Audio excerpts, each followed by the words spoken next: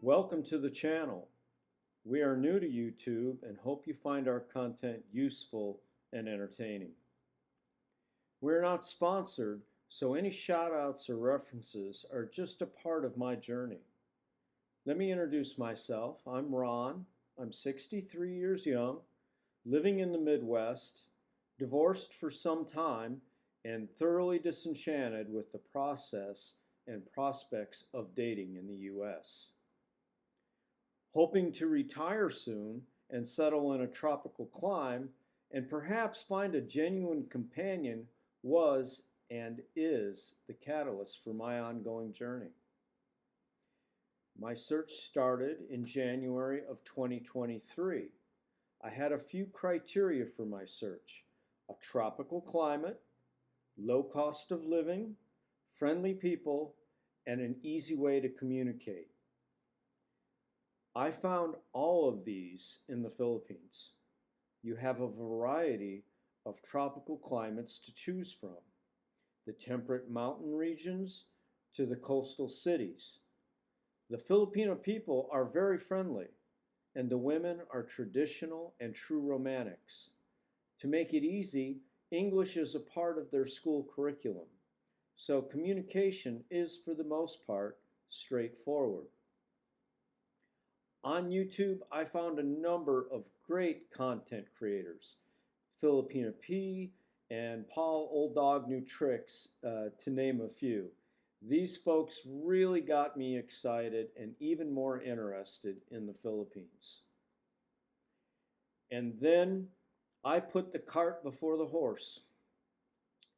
Out of curiosity, I Googled Philippines dating, and I came across a dating site called Pina Love. It's a free site, so of course I had to create a profile, and within minutes I had a number of ladies that wanted to talk, and I had hundreds within days.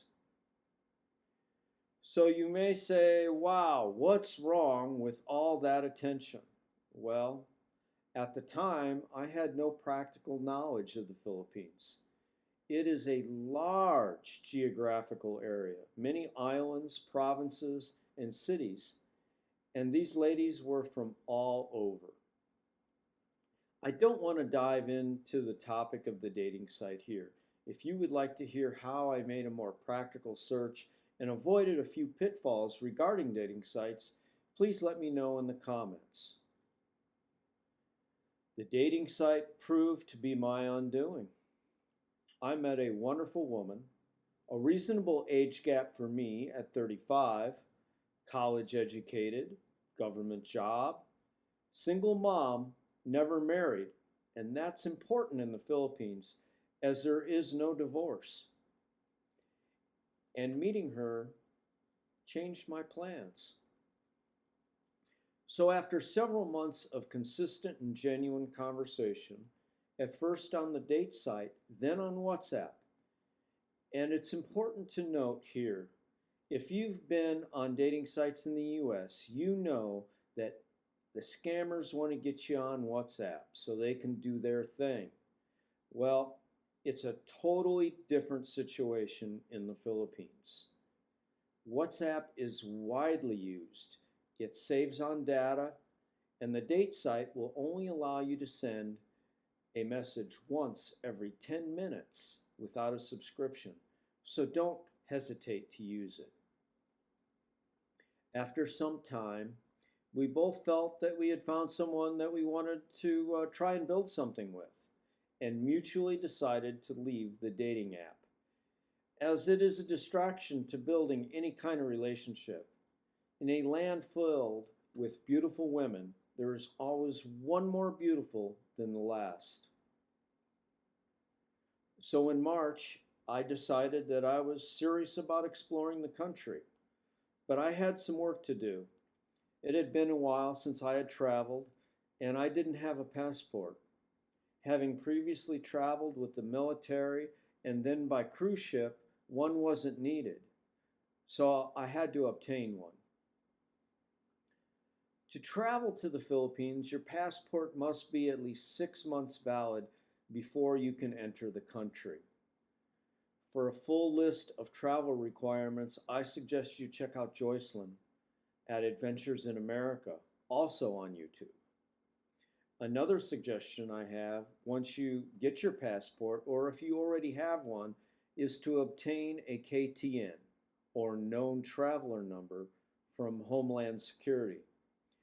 It doesn't take a lot of time, nor does it cost a lot, but it's going to save you a ton of time at the airport. So in May, I received my passport. Yay. During this wait, my gal, let's call her Lovey, and I got very close, sharing more details of our lives and what it was like to live in our respective countries. Now, Lovey lives in a small city within a large province, a good 3 hours from the nearest airport. Unfortunately, I felt that was a bit too much adventure for my first visit. This news, as you might imagine, was a bit disappointing to Lovey, but I needed to pick something that was, well, kind of touristy. It had been quite some time since I had a break and wanted the dual purpose of discovery and vacation. As I'm a diver and just love the ocean in general, I decided on Mactan, Cebu as the destination. Soon as I had passport in hand, I booked a flight for 6 months and 10 days in the future. My stay would be for 2 weeks. I found a condo on the beach about 20 minutes from the airport. For those of you that are wondering, my flights totaled $1,600 and the condo $947. For a vacation of 2 weeks halfway across the world, I didn't think that that was too bad. Once my flights and residence were booked, I shared the details with Lovey. And a testament to the quality and sincerity of this fine lady, she told me she would be at the airport to greet me as I got off the plane. Now, I did not expect this. I truly desired to meet her, so I had no objection. And as it turned out, it made my arrival so much easier and safer. After 30 hours of nonstop traveling and 5 airports, I was not the sharpest tack in the box. And her journey, while not as long, was still quite an effort. Leaving her city, traveling for 3 hours by bus, a taxi ride to the airport, an hour-and-a-half flight, then waiting for me for 6 hours to arrive, all on her dime. It was a real relief to have her there to negotiate the travel to our final destination at 12:20 a.m. and to get us checked into the condo. I'll leave the story here, as a good night's rest was needed by all. I hope you'll join me for part 2 of this journey, aptly named The Bed Was Shaking.